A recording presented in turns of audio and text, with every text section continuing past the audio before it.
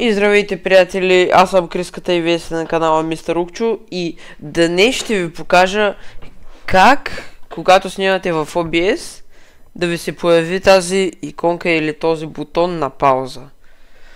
Защото някои, когато си изтеглят OBS, нали, искат да снимат, в началото го няма този бутон.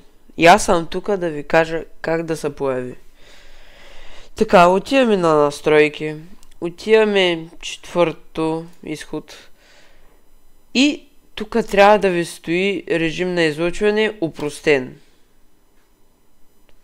Нали, на английски ще е simple, ако не се лъжа. Трябва ви е на опростен.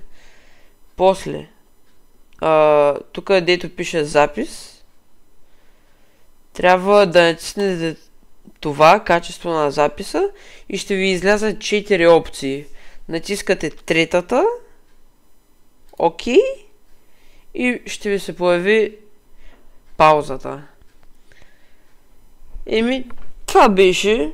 Надявам се да ви е помогнало. Поставете лайк, абонирайте за канала, напишете някой коментар. Чао!